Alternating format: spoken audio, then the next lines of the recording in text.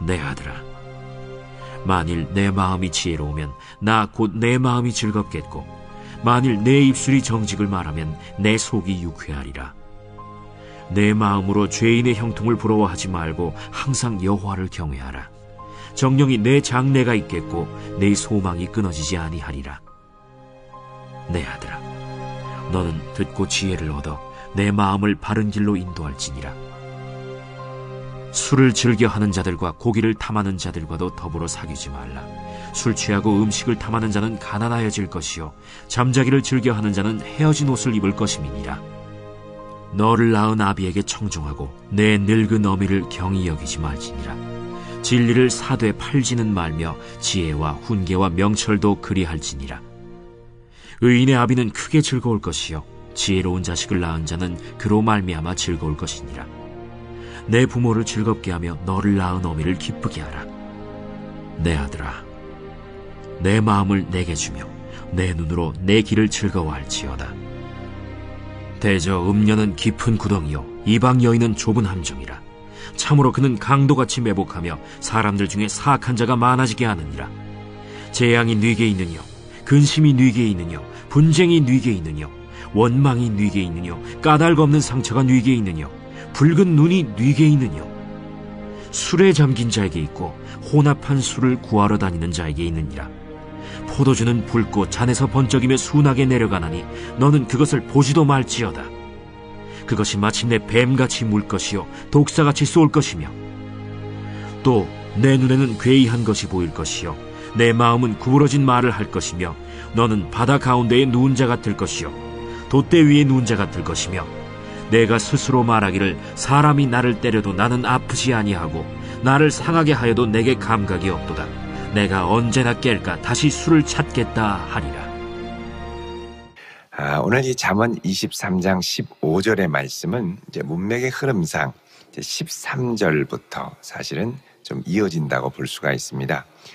아이의 훈계, 자녀의 훈계에 관한 것이죠. 자녀를 훈계하여라. 심지어는 필요한 경우에는 이제 그 채찍으로 때려서 정신이 번쩍 나도록 하라. 이런 자녀 훈계에 관한 말씀입니다. 자, 자녀를 훈계한다라는 것은 우리가 생각할 땐 단순히 혼낸다라고 생각할 수 있겠습니다만, 혼내는 것만이 아니라 격려와 칭찬과 인정과 용기를 심어주는 말을 함께하는, 모든 면에서 자녀를 하나님이 기뻐하시는 사람으로 바로 설 수 있도록 하는 것이 훈계의 총괄적인 범위입니다. 근데 이제 훈계를 자녀가 듣지 않고 자꾸 다른 쪽으로 갈 때, 그때는 정신이 번쩍 나도록, 사실 사람에게는 이 죄성이 있어서 이 고통과 아픔을 통해서 정신을 차리고 벗어나지 않으면 벗어나지 못할 때가 있다는 것이죠. 근데 어린 자녀가 그런 유혹에 있을 때 이건 아니다라는 걸 확실하게 이제 정신을 번쩍 차릴 수 있도록 해야 하는 훈계, 때로는 징계가 필요하다면 그런 것도 필요할 경우에 하라라고 말씀을 합니다. 자, 그래서 이제 이런 징계의 필요성에 대해서 말씀을 하고, 물론 징계를 할 때 감정적으로 하면 안 되겠죠. 그래서 사실 감정이 직접 묻어나는 것이 사실 이제 아무런 체벌도구 없이 직접 손으로 하는 겁니다. 손찌검이라고 그러죠. 그래서 그거 말고 보통 보면 매질, 채찍, 이건 뭐냐면 체벌의 도구, 징벌의 도구. 이게 이제 내 감정을 좀 멀리할 수 있는 객관적인 수단이기도 하죠. 물론 가능한 좋은 말로 타이르고 따끔하게 말로 혼을 내는 것이 가장 좋겠습니다만, 이게 어떻게 해도 이제 통하지 않을 때, 그때는 정신이 번쩍 나도록 해야 할 필요가 있다라고 말씀을 하는 것입니다. 자, 오늘 15절의 말씀은 이렇게 이제 지혜를 가르치고 훈계를 통하여 지혜롭게 될 때 자녀를 어떻게 이제 잘 키우면서 나아가야 될 것인가에 관한 말씀인데, 15절에 내 아들아, 만일 내 마음이 지혜로우면 나 곧 내 마음이 즐겁겠고. 자, 이제 왕인 아버지가 자녀에게 이야기를 하죠. 너에게는 지혜로운 마음을 갖게 된다면 나는 정말 기뻐할 것이다. 그래서 자녀에게 하나님을 경외하는 중심, 그리고 때로는 지혜가 부족할 때는 어떻게 합니까? 지혜가 풍부하신 하나님께 구하도록. 그래서 자녀가 지혜롭든 지혜롭지 않든 계속해서 내 평생에 기도해야 될 제목 중에 하나가 바로 지혜를 구하는 것이다. 하나님께 지혜를 구하고 하나님이 기뻐하시는 선택을 할 수 있도록 늘 기도하며 준비하여라 라고 이야기하고 또 양육하는 것이 중요하다는 것입니다. 자, 이렇게 지혜를 구하는 자녀에게 꼭 필요한 것이 바로 16절에 정직에 관한 것입니다. 만일 내 입술이 정직을 말하면 내 속이 유쾌하리라. 자, 아버지의 마음이 즐거운 것이 첫 번째는 지혜로운 마음, 두 번째는 뭐냐? 정직한 마음이라는 것입니다.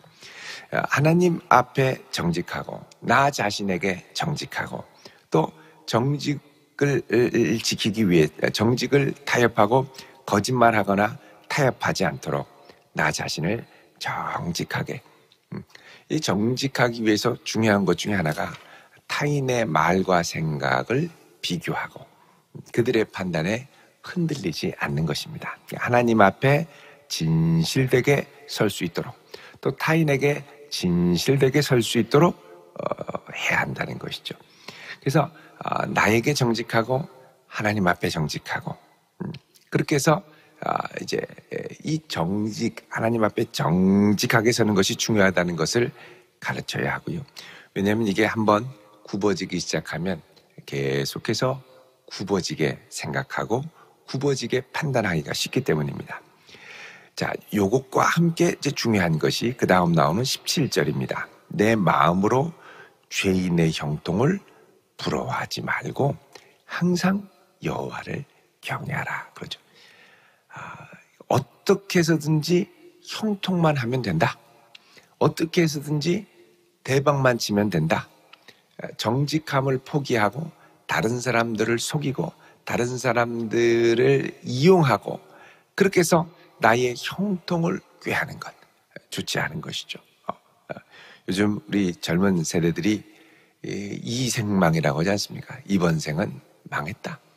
그러니까 어떻게 해서든지 인생 한번 대박만 치면 된다. 그래서 영혼을 끌어모아서 거의 투기에 가까운 비트코인이나 이런 것들, 물론 이게 나름대로의 가치를 갖고 하는 분도 있겠습니다만 이러다가 이제 망하고 파산을 하고 해서 완전히 이 인생이 황폐하게 되는 경우들이 있다는 것이 종종 이제 보도되곤 하지요. 왜 그러냐? 빠르게 형통하기를 원해서. 빠르게 형통하기를 원해서. 그래서 그 죄인의 형통을 부러워할 것이 아니라 뭐라 그러냐면 항상 여호와를 경외하라. 물론 악인이 잘 사는 것, 잘 산다고 그러니까 부러워할 수 있죠. 그러나 악인이 잘 사는 건 하나님 앞에 바른 것은 아닙니다. 일종의 반칙하는 인생이죠. 반칙하는 인생이 형통케 되고 반칙하는 인생이 이 세상 가운데 잘 된다. 그거를 부러워해서도 안 되고 자녀들에게 부러워하라고 가르쳐도 안 되고 정직하게 하나님을 경외하는 중심으로 너의 길을 올곧게 가라. 여기에 이런 자녀에게 18절에 정령이 내 장래가 있겠고 내 소망이 끊어지지 아니하리라 그러죠. 너의 참 소망, 너의 참 미래의 소망은 어떻게든 죄인의 형통의 방식을 따라가는 게 아니라 하나님을 경외하고 하나님께서 너를 살아계시고 너를 붙들어 주시는 것을 신뢰하고 나아갈 때 내 소망이 바로 선다는 것이죠. 여러분, 이것은 상당히 중요합니다. 우리 부모님들이 알게 모르게 죄인의 형통, 악인의 형통을 가르칠 때가 있죠. 그럴 것이 아니라 하나님을 경외하는 중심으로 정직한 마음으로 하나님을 향해 나아가는 것이 중요하다고 오늘 본문은 말씀을 하고 있습니다. 정령이 너에게 장래가 있고 소망이 끊어지지 않으려면 세 가지. 지혜로운 마음, 또 지혜를 구하는 마음. 두 번째, 정직한 입술. 그리고 세 번째는 죄인의 형통을 부러워하는 것이 아니라 하나님께 소망을 두며 나아가는 중심. 이것이 이 자녀에게 우리가 가르쳐야 할 아주 중요한 마음이라는 겁니다.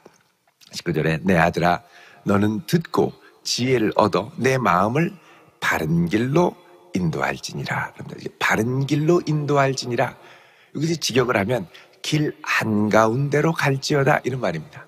사람이 길을 갈 때 한가운데로 똑바로 가는 것과 이 길 가다 보면 이렇게 모서리 길 있지 않습니까? 아슬아슬한 길. 옆에 이제 벼랑 이렇게 있는데 이제 벼랑 타고 아슬아슬하게 가는 길. 그런 길 말고 진흙탕 사이를 아슬아슬하게 가는 길. 그런 길 말고 길 한가운데로 똑바로 가라는 거죠. 여러분 이제 길을 가는데도 아슬아슬하게 인생길을 가는 분들이 있습니다. 정말 섬뜩할 정도로 굳이 저렇게 할 필요가 있나 싶은데 아주 섬뜩섬뜩하게 가죠. 여러분 그러지 말고 한가운데로 자녀들에게 딱 한가운데로 갈 수 있도록 해라. 이게 바로 하나님 앞에 비록 당장의 눈에 무언가 드러나는 것이 없더라도 결국은 하나님이 붙들어 주시는 인생이 되는 것이 중요하다는 겁니다. 그래서 하나님을 붙들어 주시는 인생.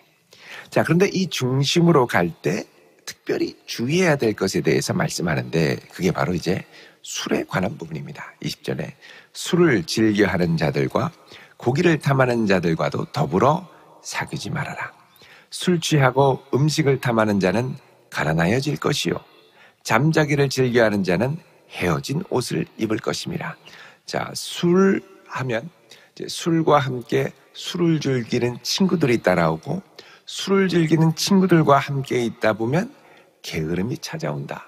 그래서 술이 비슷한 친구들을 불러들이고 비슷한 친구들과 함께 있다 보면 게을러진다는 거죠. 그러니까 하나님을 경외하는 중심을 잃어버리고 또 하나님께서 내게 가라고 하는 그 길을 게을리하고 뒤로 내팽겨칠 가능성이 큰 게 뭐냐?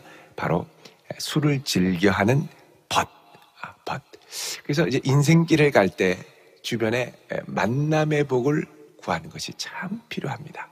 하나님 나로 갈 때 하나님 복된 사람을 만나게 하시고 하나님의 영광을 드러낼 수 있는 그런 복된 걸음이 될 수 있도록 도와주십시오. 그래서 여러분 우리가 자녀들을 위해서 기도하지만 또 자녀들 주변에 복된 만남을 위해 기도하는 것이 필요합니다.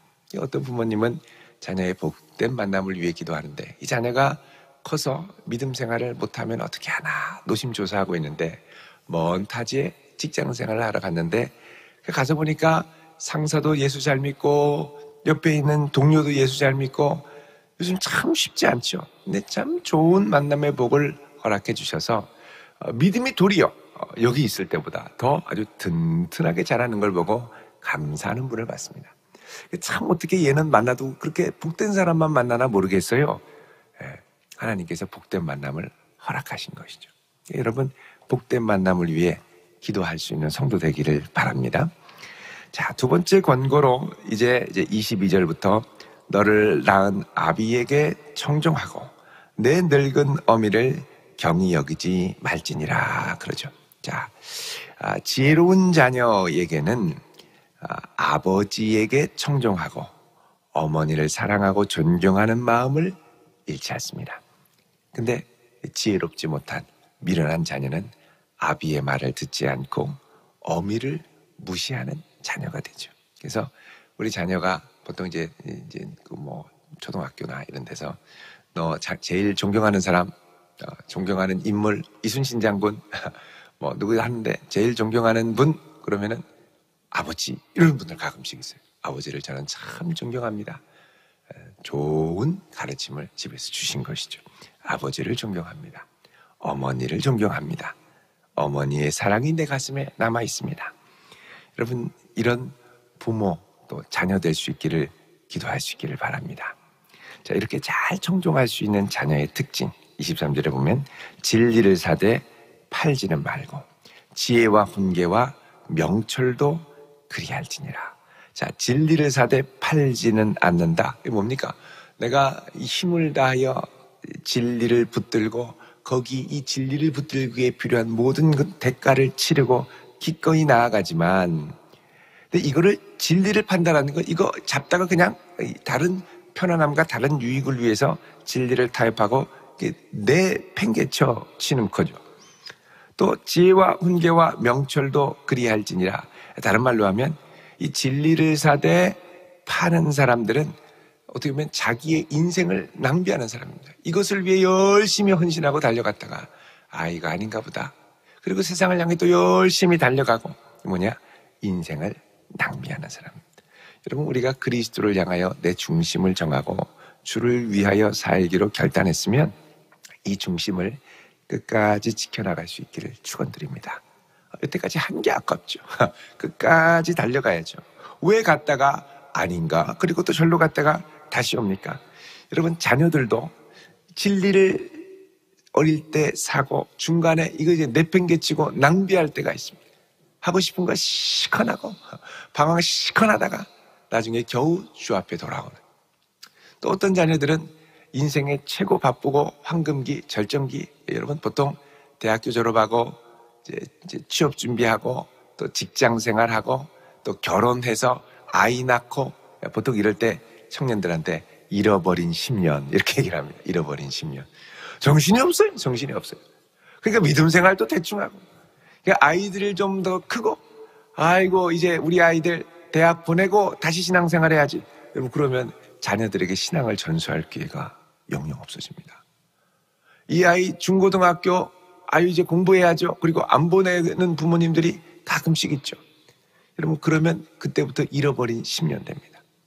자녀들에게 가르쳐야 될 건 좋든지 좋지 않든지 어렵든지 편안하든지 항상 여호와를 경외하는 중심, 요거를 가르쳐야 일평생 떠나지 않죠.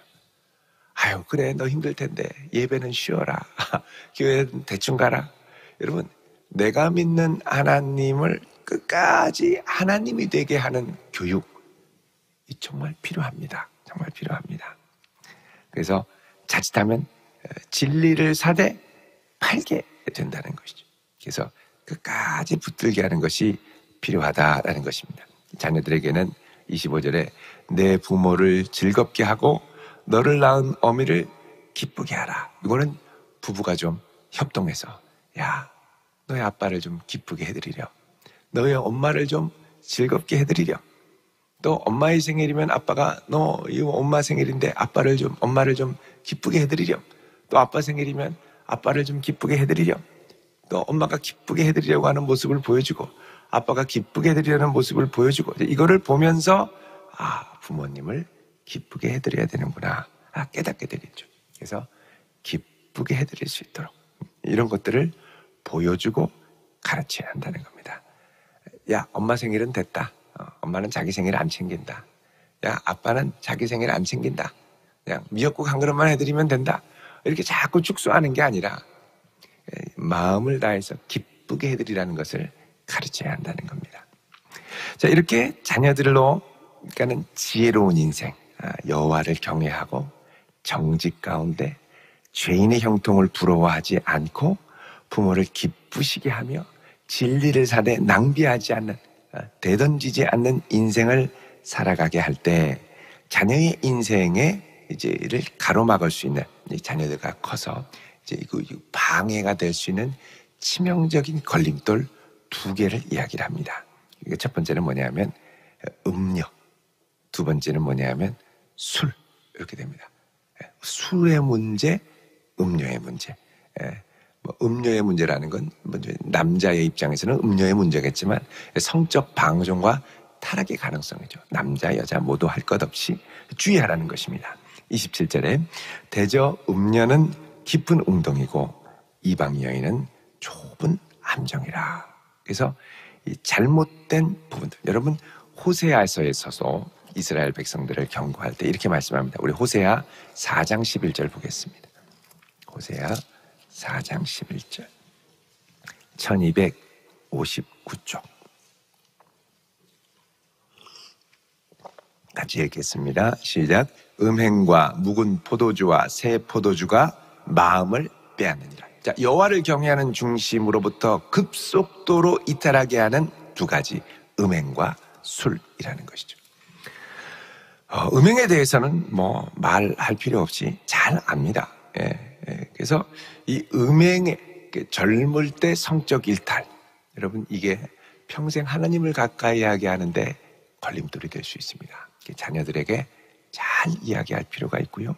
그 다음 두 번째는 술의 문제입니다. 이게 술이 들어가면 사람이 완전히 마비가 되죠. 마비가 되죠. 예. 여기 보면 이 술에 취하면 33절에 내 눈에 괴이한 것이 보이고 내 마음은 구부러진 말을 할 것이라.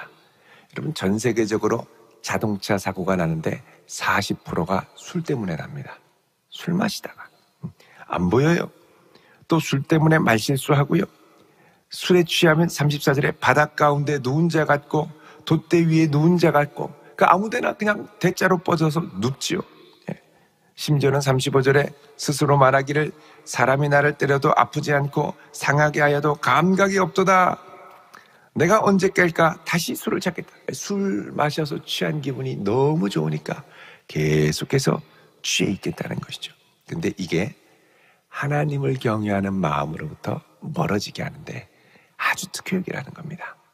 잘못된 이성의 유혹, 그리고 잘못된 술의 유혹, 이것들을 우리 젊을 때 조심해서 하나님을 경외하는 자녀로 잘 키워나가고, 또 우리도 정직하게 악인의 형통을 부러워하지 말고 하나님을 경외하는 마음으로 우리의 인생을 잘 가꾸어 나갈 수 있기를 우리 주님의 이름으로 축원드립니다. 기도하겠습니다. 거룩하신 아버지 하나님, 우리의 인생 걸음을 붙들어 주시고 우리 자녀들의 인생 걸음을 붙들어 주사 여호와를 경외하고 정직한 마음으로 하나님께서 우리에게 불러주신 그 길을 바로 갈 수 있는 저희들 되도록 은혜를 더하여 주옵소서. 이 아침 주의 성령께서 우리 마음을 감동하시고 지혜를 더해 주시기를 원하오며 예수님의 이름으로 기도하옵나이다. 아멘.